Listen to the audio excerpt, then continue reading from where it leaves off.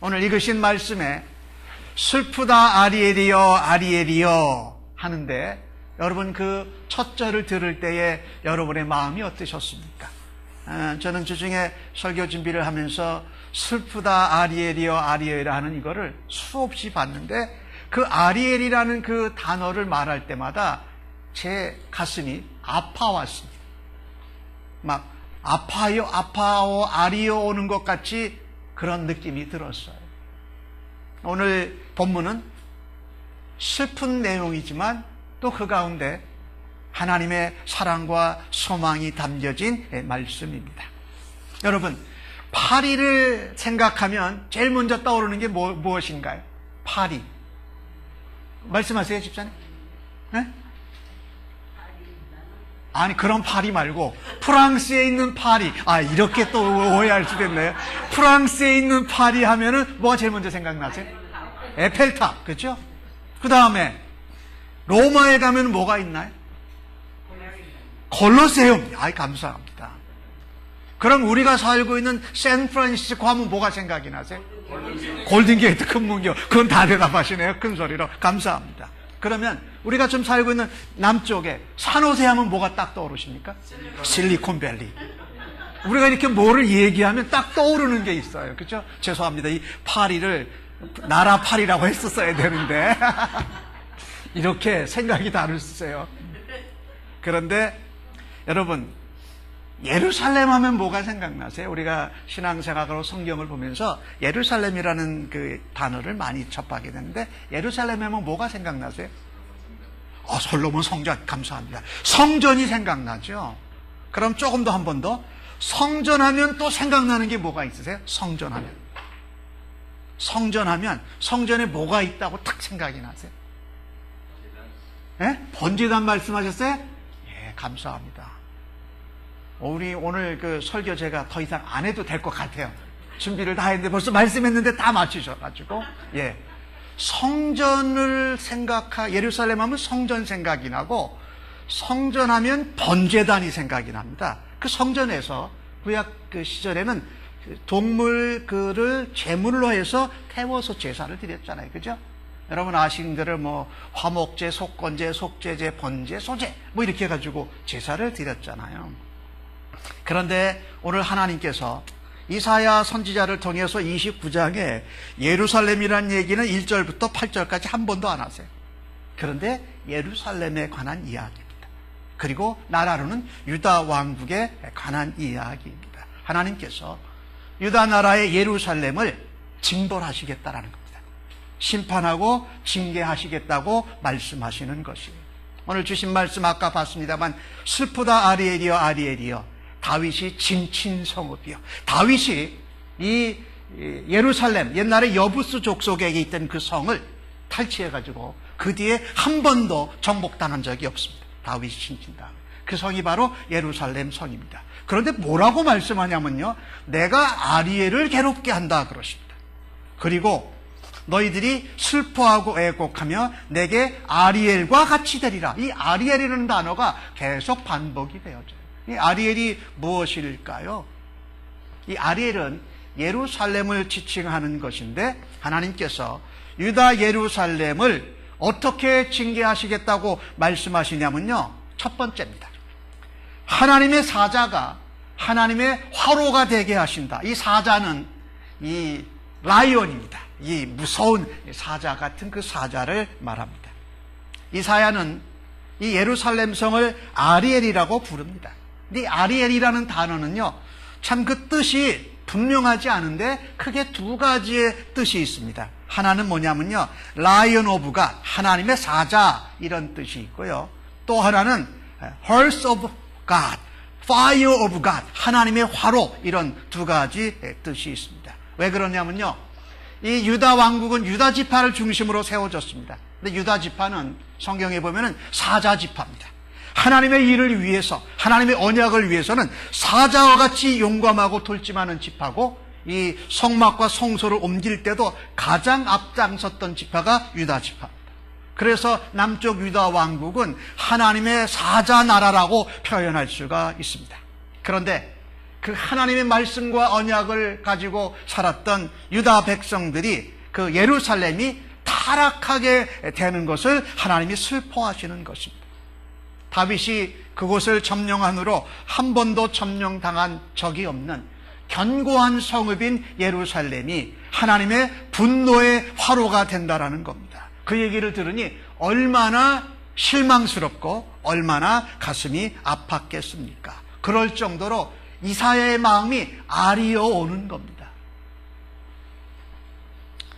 야곱이 하나님의 천사를 붙잡고 나를 축복하지 않으면 놓지 않겠습니다. 환도뼈가 부러질 정도가 되면서 결국은 하나님의 천사를 붙잡고 복을 받은 사람이 야곱입니다. 그러니까 하나님 없이는, 하나님 복 주시지 않으면 저는 제대로 살 수 없습니다라고 해서 바뀌어진 이름이 이스라엘입니다. 이스라엘이에요. 뜻으로는 하나님과 겨루어 이겼다라는 뜻이지만 하나님을 이긴 것이 아니라 마침내 이 환도뼈가 탈골이 되면서도 하나님께 복을 얻고 마른 그 이스라엘. 우리가 이스라엘 아니에요? 하나님 앞에 영적인 이스라엘이거든요. 그런데 그 유다의 수도가 예루살렘입니다. 그런데 이사야는 그것을 예루살렘이라고 부르지 않습니다. 예루살렘이라는 뜻은 이런 것입니다. 하나님의 도성으로 평화의 도성, 이런 뜻이에요. 하나님의 도성으로 평화의 성이다, 이런 뜻인데 그것이 아리엘, 하나님의 진노의 화로가 같이 될 정도로 하나님이 징벌하시고 심판하겠다고 예언하십니다.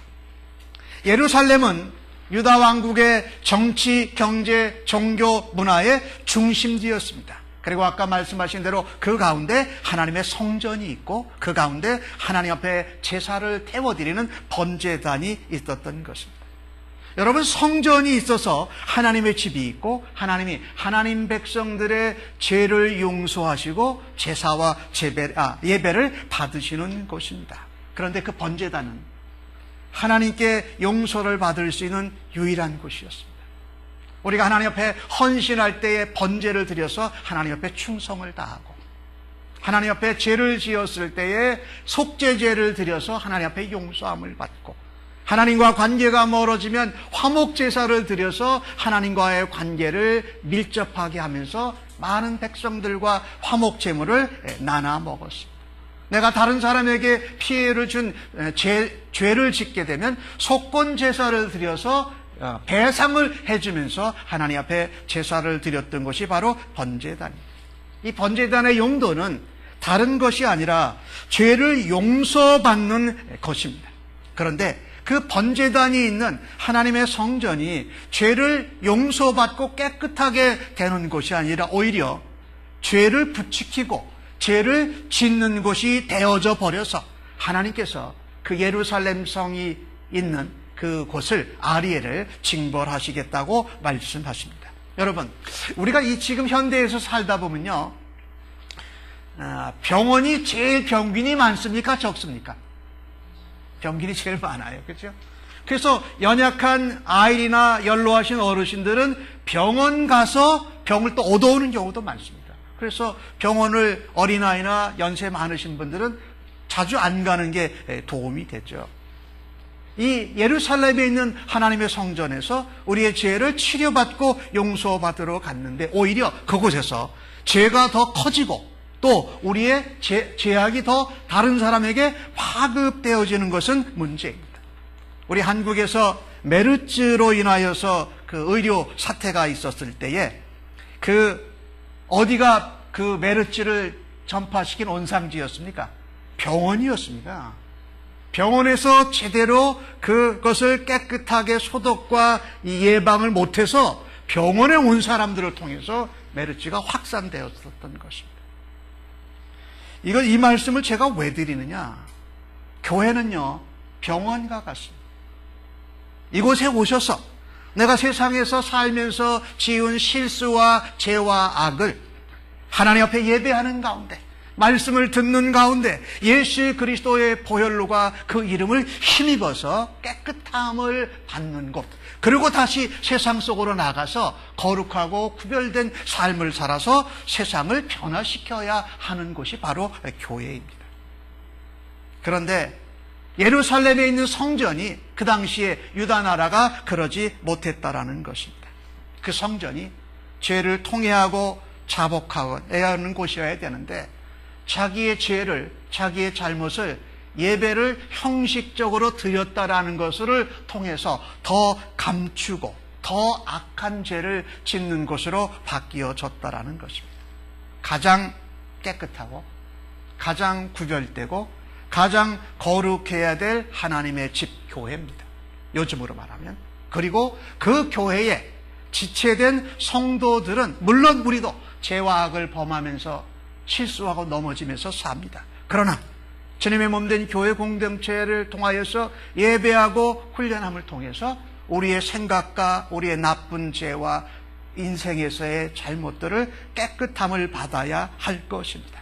그런데 그곳에서 그렇게 우리가 하지 못한다면 하나님은 기뻐하지 않으십니다. 우리는 하나님의 영광을 드러내고 하나님 자녀된 것을 자랑해야 되는데 오히려 하나님의 영광을 가리고 하나님 자녀된 것이 세상에서 수치거리가 된다라는 겁니다. 이것을 하나님께서 남쪽 유다 나라의 예루살렘 성의 성전을 안타까워 하시면서 우리 하나님이 슬퍼하시는 모습을 이사야를 통해서 전하고 계신 것입니다. 신약 성경에 우리 예수님께서 성전에 올라가셨습니다. 성전에 올라갔더니 성전에 온통 대제사장 서기관 장로들과 결탁해서 장사들이 이익을 남기기 위해서 성전에서 장사하고 있는 모습을 보시고 우리 예수님이 화를 엄청나게 내셨습니다. 누가 내 이 장사판을 엎으셨어요. 내 아버지의 집은 만민이 기도하는 집인데 너희가 강도와 장사치의 불효로 만들었다 하면서 그것을 엎으셨을 정도 같은 그런 모습이 남쪽 유다 왕국 예루살렘의 성전에서 있었던 것입니다. 그렇다면 왜 유다 예루살렘이 이 하나님 앞에 심판과 징계를 통해서 징벌을 왜 받아야 했을까요? 그것은요, 오늘 본문 후반부에 나오고 있는데 9절과 10절에 나오는 말씀을 제가 읽습니다. 너희는 맹인이 되고 맹인이 되라. 너희의 취함이 포도주로 말미암이 아니며 너희의 비틀거림이 독주로 말미암이 아니다. 대저 여호와께서 깊이 잠들게 하는 영을 너희에게 부어주사 너희의 눈을 감기게 하셨으니 그가 선지자들과 너희의 지도자인 선견자들을 덮으셨습니다. 세상 가운데에서 하나님의 백성으로 하나님의 영광을 드러내지 않고 살다가 주님의 몸된 교회인 몸된 교회에 와서 예배하면서 어떻게 해요? 예배를 형식적으로 드리는 것. 영적으로 하나님 앞에 갈급하는 심정으로 드리는 것이 아니니까 세상에서 포도주도 취하고 독주로 인하여서 비틀거리고 그러면서도 또 교회에 와서 예배도 드리고 하나님의 백성이라고 그렇게 자처하는 것입니다. 근데 하나님께서 이것을 영적인 무지함이라고 말합니다. 그래서 하나님께서 그들을 깊은 잠에 잠들게 합니다. 이 깊은 잠이라는 것은 영적인 헤아림을 볼 수 없는 상태를 말합니다. 그러니까 자꾸 세상 것과 하나님의 것을 섞어서 둘 다 좋아하고 취하다 보니까 영적인 감각이 없어져 버리는 겁니다. 이게 하나님이 좋아하실 일인지 이게 하나님께 죄가 되는 일을 분간을 못하고 살게 된다는 거예요. 오늘 주신 말씀에 보니까 선지자들도 선견자들도 하나님이 눈을 덮으셨다라고 말합니다. 그러니까 제대로 말씀을 제대로 듣고서 영적인 눈이 열어지는 것이 아니고 그냥 모두 다 함께 영적인 눈이 꽉 닫혀가지고 영적인 무지 가운데 살아가고 있었기 때문에 하나님께서 유다 예루살렘을 그냥 두실 수가 없었던 것입니다. 두 번째로 오늘 또한 이 유다 이스라엘 예루살렘 백성들이 하나님 앞에 징계와 심판을 받는 것은 13절에 보니까 이렇게 말씀합니다. 입으로는 나를 가까이 하면서 입술로는 나를 공경하나 그들의 마음은 내게서 이미 멀리 떠났다. 그리고 너희는 사람들의 계명을 가르침받아 쫓을 뿐이다. 이게 무슨 얘기냐면요, 하나님보다 사람을 더 먼저 쫓아간다는 거예요. 하나님 앞에 인정받고 하나님 앞에 칭찬받는 것보다 사람 앞에 인정받고 칭찬받는 것이 더 먼저라는 거예요. 그러니 예배 때에도 하나님께 영광 드리고 예배를 통하여서 우리의 삶을 온전히 드리는 것보다 그렇지 못하고 사람의 전통과 관습을 따라서 예배하고 그 마음이 하나님께 있지 아니하는데 입술로만 하나님 앞에 립 서비스 한다, 이런 얘기예요. 우리가 그런 얘기 하잖아요. 누구한테 빈말, 속에는 그렇지 않은데 겉으로 입만 하면 입으로만 그러잖아요. 그렇죠? 입으로만 그러면 안 되는 거거든요. 더더욱 하나님 앞에 예배할 때에 우리의 심령과 우리의 잘못된과 우리의 통의 자복을 하나님 앞에 진정을 다해서 드려야 되는데 사람의 말을 쫓아다니고 하나님 앞에 거짓 형식적인 예배를 드리는 것이 바로 유다 남쪽 예루살렘의 모습이었던 것입니다. 그런가 하면 오늘 16절에 나오는데 그건 제가 읽겠습니다. 너희의 패역함이 심하도다. 토기장이를 어찌 진흙같이 여기겠느냐. 지음을 받은 물건이 이르기를 그가 나를 짓지 아니하였다. 그리고 그가 총명이 없다 할 수 있느냐. 이 이야기는 뭐냐면요, 남쪽 유다 백성들이 뭐라고 그러냐면요, 토기장이 대신 하나님을 뭐라고 그러냐면요, 왜 나를 이렇게 만들었습니까? 왜 우리나라가 아수르 나라로부터 공격을 받아서 멸망하고 징계를 받아야 됩니까? 하나님은 총명하지 못하십니다 라고 말했다라는 거예요. 이것은요, 유다 왕국이 아수르 왕국으로부터 공격을 받고 주변의 강대국으로부터 위협을 받을 때 그들이 가장 먼저 찾았던 것이 무엇일까요? 누구랑 어떤 나라랑 손잡으면 우리가 이 위기를 이겨낼 수 있을까? 그래가지고 애굽하고 손을 잡았습니다. 아수르가 공격해 오니까 애굽하고 손을 잡은 것들. 하나님보다도 다른 강한 나라나 강한 사람을 더 먼저 의지했던 것이 바로 쌓여진 겁니다. 남쪽 유다 왕국에 쌓여져서 하나님이 징계하고 징벌하지 않으시고는 해결이 될 수 없는 상태에 이르는 것입니다. 하나님의 백성입니다. 유다 백성들. 예루살렘은 성전이 있고 성전에서 제사하고 예배하는 백성들입니다. 그런 하나님의 백성들이 징계를 받고 징벌을 받아서 수치를 당하는 것은 이유가 있습니다. 그냥이 아닙니다. 하나님의 말씀을 듣지 않았습니다. 제대로 하나님 말씀을 들어도 듣지 못하고 보지 못하는 영적인 귀와 눈이 딱 닫혀져 있었던 것입니다. 그런 가운데 예배와 제사는 계속 드리는 겁니다. 형식적으로, 어떻게 보면 가식적으로 말이지요. 살아계신 하나님, 애굽에서 우리를 건져주신 하나님을 의지하는 대신 애굽이라는 나라, 어떤 인간적인 힘을 더 먼저 의지했기 때문입니다. 그런데 거기에 또 하나 더해진 것이 있습니다. 북쪽 이스라엘 왕국은 같은 이스라엘 동족이었지만 그들은 우상 숭배를 계속했습니다. 그러니까 망해도 당연하다.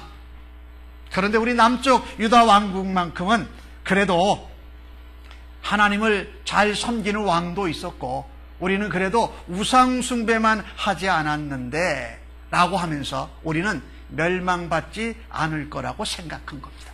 이것을 총정리를 하면 이것입니다. 유다 왕국은요, 하나님 앞에 믿음 생활, 신앙 생활을 했다기보다 거짓된 종교 생활을 했습니다. 이것이 예루살렘과 유다가 하나님 앞에 징계와 징벌을 받은 것입니다. 이 모습을 보면서 여러분과 제가 생각해야 될 것이 하나 있습니다. 어쩌면 우리가 살고 있는 이 시대가, 그리고 이 시대의 교회들과 성도들을 보시면서 하나님이 슬프다 아리엘이라고 탄식하고 있지 않을까 하는 생각을 해보아야 합니다. 죄악이 넘치는 세상에서 유일한 소망은 우리를 위해 십자가에 죽으시고 부활하신 예수 그리스도이십니다. 그리고 그 예수 그리스도의 몸된 하나님의 교회가 세상에서 죄악 가운데 있는 영혼들을 건져낼 수 있는 하나님의 유일한 통로요 방법입니다. 그런데 교회와 성도가 이 하나님의 뜻을 저버리고 살아간다면 그것만큼 하나님 앞에 추한 것이 없습니다. 그래서 우리는요, 하나님 앞에, 하나님 교회가, 그리고 교회에 지체된 우리가 하나님 앞에 슬프다 아리엘이라는 말을 듣지 않도록 하나님 앞에 깨어있고 깨끗한 신부로서의 삶을 살아갈 수 있기를 모두 다 힘쓰시기를 예수님의 이름으로 간절히 축복합니다. 번제단이 있다면 번제단의 제물을 불에 태워서 그 태운 그 향기가 하나님 앞에 마땅히 올려져야 합니다. 그런데 남쪽 유다 왕국의 백성들은 이렇게 생각했습니다. 어떻게 살아도 우리는 하나님의 택하신 백성이고 우리는 하나님께서 사용하시는 백성이니까 우리는 절대 망하지 않을 거야 라고 교만하게 생각을 했습니다. 그 표현을 요즘 현대식으로 표현하면 이렇게 생각할 수 있습니다. 나는 예수 믿으니까, 나는 그래도 교회 가니까, 나는 이런 징계와 징벌은 전혀 없을 거야 라고 자신만만하게 사는 것, 이것 문제입니다. 우리는 죄와 악을 언제든지 짓고 사는 자들이기에 하나님 앞에 깨끗하고 정결함을 얻을 수 있도록 회개하고 용서함을 받고 하나님 앞에 예배와 제사를 통해서 회복됨을 얻어야 할 백성인 것을 겸손하게 인정하고 살아가십시다. 또 우리는 하나님의 언약을 맡은 백성이기에 세상보다도 더 엄격한 하나님의 기준이 하나님 백성들에게 적용이 됨을 잊지 말아야 합니다. 세상 사람들은 그냥 사회법의 저촉을 받지만 예수 믿는 하나님의 백성들, 언약 백성들은 하나님의 말씀으로 우리를 하나님이 저울질 하시기 때문에 하나님 앞에, 예수 그리스도 앞에 더욱더 깨끗하게 하나님 앞에 순종하며 겸손하게 살아가야 할 것입니다. 겉으로 예배 드렸다, 겉으로 나는 교인이다, 겉으로 나는 구원받은 백성이니까 아무렇게나 살아도 하나님이 다 용서해 주실 거라고 생각하지 말아야 합니다. 겉으로 하나님 앞에 예배하고 제사할 뿐만 아니라 우리의 마음과 동기도 하나님 앞에 순전하고 온전하게 드러낼 수 있는 성도들로 우리 모두 살아가십시다. 이 땅의 모든 교회와 이 땅에 있는 하나님의 백성들이 세상을 구원으로 인도하는 마지막 소망이라는 것을 굳게 믿으시고 그 사명을 감당하는 하나님의 사자들로, 하나님의 말씀의 백성들로 살아가실 수 있기를 바랍니다. 그래서 영적으로 눈이 감겨지고 영적으로 귀가 닫혀지는 것이 아니라 영적으로 깨어있기를 항상 사모하시고 하나님의 말씀에 늘 순종해야 할 것입니다. 그래서 교회는 하나님의 말씀이, 하나님의 음성이 선포되어져야 하고 그 음성과 말씀을 부른 성도들은 그 말씀대로 살아가기를 결단하면서 죄인들을 하나님께로 인도하는 세상의 등대가 되어지기를 예수님의 이름으로 간절히 축복합니다. 그렇다면 여러분과 제가 드리는 예배 생활, 신앙생활 부분에서 고쳐야 할 것은 내가 무엇인가 한번 돌아다 보기를 원합니다. 여러분, 예수님을 오래 믿다 보면은요, 신앙생활이 매너리즘에 빠지는 경우들이 일어날 수 있습니다. 예배를 드리는 태도도 바뀝니다.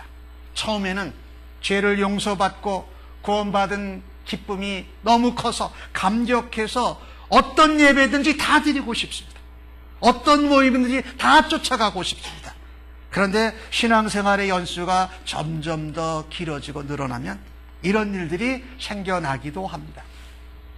갈수록 하나님이 나를 부르시고 하나님의 은혜가 있는 예배를 사모하기보다 내가 편한 예배, 그리고 내가 편한 예배 방법을 선호하기 시작합니다.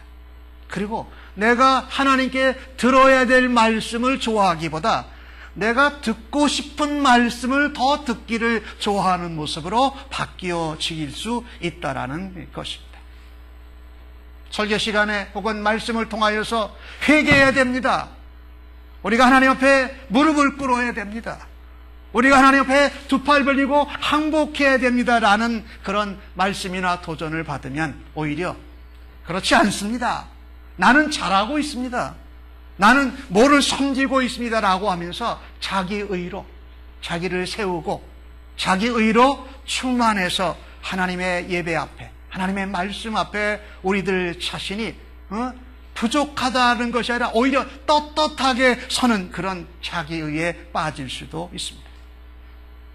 처음에는 헌금할 때 보면 하나님이 내게 주신 은혜와 이 사랑이 얼마나 감격스럽고 감사해서 헌금을 차원해서 준비해서 드립니다. 그러나 시간이 가다 보면 헌금 시간도 있고 예배 시간에 올 때도 있습니다. 다 잊고 왔다가 그냥 거기서 그냥 예배 시간에 그냥 지갑을 열어서 내는 그런 경우들도 우리의 신앙 예배 생활에 매너리즘은 그럴 수 있다는 것입니다. 주일날 하나님 앞에 주의 날에 와서 예배합니다. 그런데 어떻게 하면 이 주의 날은 하나님의 날이고 우리 주님의 날이니까 주님을 위해서 살아드릴까를 고민하기보다 예배 후에 빨리 가서 어디 가서 뭐 할까? 뭘 즐길까? 오늘 내가 약속해놓은 것이 뭘까 하는 것이 예배 시간에도 가득 차서 걱정할 수가 있습니다.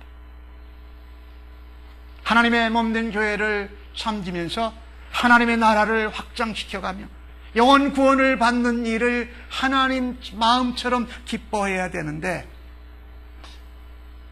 하나님이 나의 은사와 재능을 사용하시는 교회로 인도함을 받기를 기도하기보다 내 필요와 내가 원하는 것을 채워질 수 있는 교회를 쇼핑하면서 다닐 수도 있습니다. 하나님은 바리새인처럼 서기관처럼 교만한 마음으로 하나님 앞에 예배하는 것을 원치 않으십니다. 지긋지긋하다고 말씀하십니다. 내가 너희가 드리는 제물과 너희가 드리는 그 제사에 내가 그냥 영어로 sick of it하다. 내가 질렸다라고 말씀합니다. 그런데 하나님은요, 세리처럼 나는 하나님 앞에 죄인입니다. 나는 이 자리에 설 수 없는 자인데 하나님의 은혜로 설 수 있었습니다. 하나님 나를 용서하소서라고 하나님 앞에 예배드리는 그 세리의 예배를, 겸손한 예배를, 낮아지는 예배를 하나님이 기뻐 받으시는 줄로 믿습니다.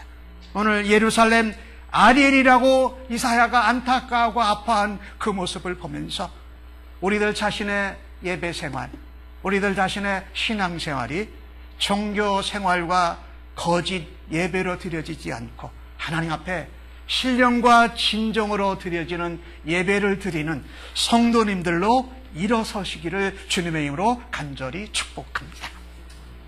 오늘 주신 말씀에 이 아리에 예루살렘이 그와 같이 슬픈 징계와 징벌을 당하는데 그 예루살렘을, 유다를 징벌한 아수르를 하나님께서 어떻게 심판하여 징계하시는지를 또 한번 같이 좀 보십시다. 이번에 7절과 8절인데 함께 같이 읽어보십시다. 시작. 아리엘을 치는 열방의 무리 곧 아리엘과 그 요새를 쳐서 그를 곤고하게 하는 모든 자는 꿈같이 밤에 환상같이 되리니 줄인 자가 꿈에 먹었을지라도 깨면 그 속은 여전히 비고 목마른 자가 꿈에 마셨을지라도 깨면 곤비하여 그 속에 갈증이 있는 것 같이 시온산을 치는 열방의 무리가 그와 같으리라. 이 열방의 무리는 아수르입니다. 이 아수르가 예루살렘 유다 왕국을 징벌하고서 어떻게 그들은 징계를 받느냐. 두 번째입니다. 그들이 아무리 먹고 마셔도 배고프고 갈증이 나게 하실 것입니다. 이 이야기는 뭐냐면요, 아수르가 아무리 힘을 발휘해도 너희들이 얻은 것은 헛것이다라고 말씀하시는 것입니다. 원수들의 공격은 꿈처럼 밤의 환상처럼 사라질 것입니다. 그들은 줄인 자가 꿈에 먹고 깨어나면 배고픈 것처럼 꿈에 물을 마셨지만 깨어나면 갈증을 계속 느끼는 것 같이 허망한 것이라는 것입니다. 그 허망한 강대국과 손을 붙잡고 협상을 해서 평화를 찾으려는 것은 어리석은 것 중에 어리석은 것이라고 말씀하고 계신 것입니다. 아무리 강한 나라여도 하나님께서 막으시면 그 계획은 결국은 수포로 돌아갑니다. 하나님은 아수르를 통해서 유다를 징계하셨습니다. 파죽지세로 아수르 군병들이 몰려옵니다. 북쪽 이스라엘 왕국은 이미 멸망했습니다. 남쪽 유다 나라도 마치 새장에 갇힌 새와 같이 어떻게 할 수가 없는 상황입니다. 그러나 그것은 아수르가 일으킨 일이 아니고 하나님께서 하셨다고 말씀합니다. 오늘 3절 말씀을 보니까 내가 너를 하나님이 행하셨다라고 말씀하고 있는 것입니다. 여러분, 우리의 인생 가운데 폭풍이 있습니다.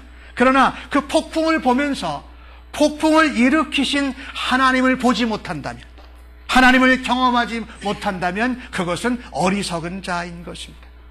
포악한 아수르 앞에서는 두려워하면서 아수르를 움직이고 사용하셔서 하나님의 언약 백성을 징계의 매로 꾸지람하시는 하나님을 두려워하지 않는다면 얼마나 어리석은 것입니까? 징계와 징벌과 심판의 주체는 언제나 하나님이십니다. 그러니 우리가 징계받고 징벌을 받아도 하나님 손에, 하나님 언약 가운데 있다라는 것을 소망 가운데 붙드시기를 예수님의 이름으로 간절히 축복합니다.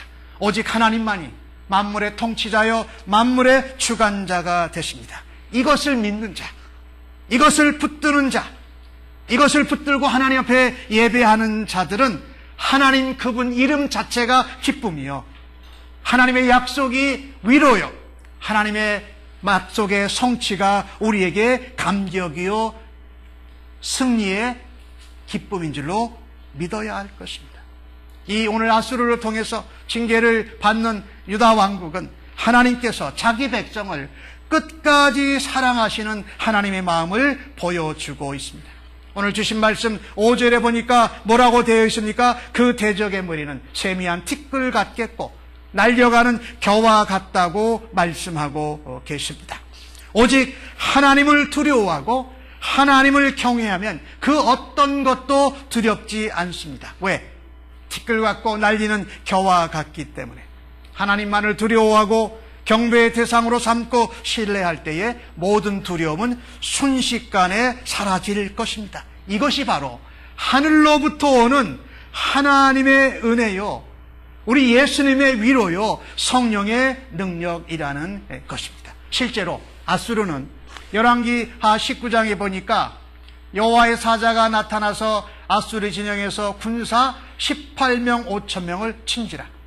아침에 일어나 보니 다 송장이 되어져 있다라는 것입니다. 아수르는 유다 왕국을 공격하면 쉽게 다 자기들이 점령하고 먹을 줄을 알았습니다. 그런데 그들이 전멸했습니다. 마치 애굽에서 나와서 홍해바다를 건너갈 때에 이스라엘 백성들이 마른 땅을 건너가는 것 같이 가니까 애굽 군사들이 쫓아갔습니다. 그런데 애국 군사들은 모두 다 수장되었고 유다 히브리 백성들만 살아났던 것입니다. 이사야는 예루살렘이 비록 형벌을 받지만 그들의 대적들도 파멸을 면치 못할 것을 예언합니다. 이것은 이사야를 통해서 온 나라의 흥망성쇠가 오로지 하나님 손에만 달려있음을 선포하고 있는 것입니다. 동시에 하나님을 믿는 언약 백성들에게는 징계와 징벌과 심판을 받는 과정 속에서도 하나님은 여전히 그 언약 백성을 사랑하시고 돌보시는 하나님의 마음과 하나님의 사랑을 보여주고 있다는 것입니다. 예, 그렇습니다. 하나님은 진노 가운데서도 징계와 징벌 가운데서도 긍휼을 잊지 않으십니다. 하나님의 백성들이여 이것을 기억하십시다. 정경주라는 분이 쓴 책에 하나님이 하십니다라는 책에 이런 부분을 소개를 합니다. 어느 날 그분의 아들이 자기 동생과 놀면서 뾰족한 연필을 입에다 놓고서 장난을 치고 있었습니다. 그래서 엄마가 보고서 야, 그 뾰족한 연필을 입에 놓고 있다가 이게 혹시 찔리면 크게 다친다라고 그렇게 하지 말라고 했습니다. 근데 이 아이가 그냥 엄마 말을 흘리고서 그 연필을 계속 물고 동생하고 놀고 있었습니다. 그런데 갑자기 악 하고 비명소리가 납니다. 나서 보니까 그 아이가 그 연필이 목에 찔려가지고 피를 토하면서 쓰러진 겁니다. 급히 아들을 태워서 병원으로 달려갑니다. 근데 그때가 마침 퇴근 시간이었다라는 겁니다. 길이 꽉 막혀서 오도 가도 못하는 지경이 되었습니다. 급히 나오느라고 휴대폰도 없어서 구급차도 부르지 못하고 있었습니다.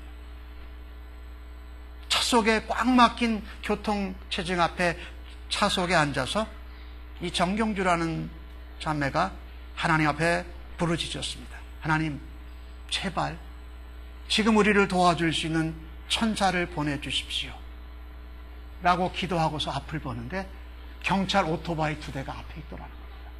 그래가지고 문을 열고 불렀습니다. 도와주세요.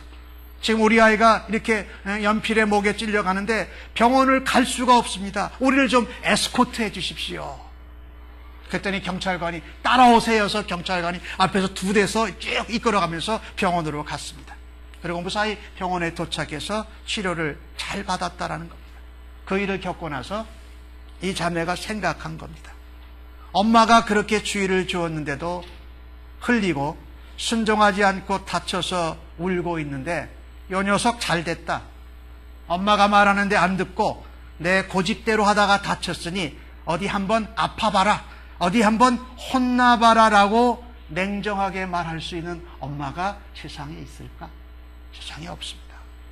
아무리 불순종하고 그 일에 인해서 피해와 징벌을 당해도 그렇게 말하는 엄마가 없는 것처럼 하나님 언약 백성에게 하나님이 그렇게 대하신다라는 겁니다. 좋으신 하나님, 오래 참으시는 하나님, 나를 만드신 하나님, 나를 기뻐하시는 하나님 아버지가 과연 하나님의 자녀된 나를 팽개치실까? 비록 내가 잘못했을지라도 그때라도 하나님께 더욱 가까이 나아가 용서를 구하고 도우심을 구하는 회개의 기도를 간절히 드려야 할 것이라는 것입니다. 사랑하는 성도 여러분, 하나님은 징계를 통해서도 우리를 사랑하고 계십니다. 그 징계를 받을 때에 더욱더 하나님을 신뢰하고 하나님 앞에 엎드리실 수 있는 우리들이 되어지기를 간절히 원합니다. 히브리서 12장 8절은 우리에게 이렇게 도전합니다. 징계는 다 받는 것이거늘 너희에게 없으면 사생자여 친아들이 아니니라. 아무쪼록 슬프다 아리엘이라는 하나님의 언약과 사랑을 잃어버린 백성들로 살아가는 것이 아니라 유다 지파와 같이 하나님의 사자들로 우리가 세상에 하나님의 은혜와 복음을, 구원을 전할 수 있는 하나님의 축복의 도구로, 소망의 통로로 사용받는 성도들 되시기를 예수님의 이름으로 간절히 축복합니다. 아멘.